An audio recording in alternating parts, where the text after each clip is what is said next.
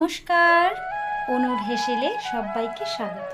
আজকে বানাচ্ছি পার্শে মাছের সর্ষে পোস্ত। তো এর জন্য মাছগুলোকে ভালো করে ধুয়ে নুন হলুদ মাখিয়ে আমি কিছুক্ষণ রেখে দেবো রেস্টে। আর আরেক দিকে আমি একটা পেস্ট তৈরি করে এটা পোস্ত, কিছুটা সাদা সর্ষে আর কয়েক রসুন আর পেঁয়াজ নিয়েছি। এটাকে আমি ভালো করে পেস্ট করব।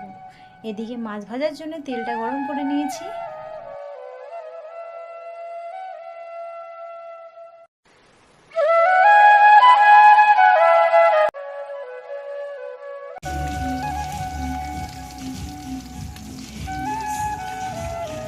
এবার তেলে কালো জিরে ফোড়ন দিয়ে তার মধ্যে পেস্টটা আমি দিয়ে দেবো।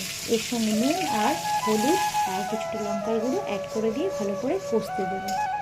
এর মধ্যে আর কোনো রকম কোনো মশলা দেবো না, আমি জিরের গুঁড়ো বা অন্য কিছুই দেবো না।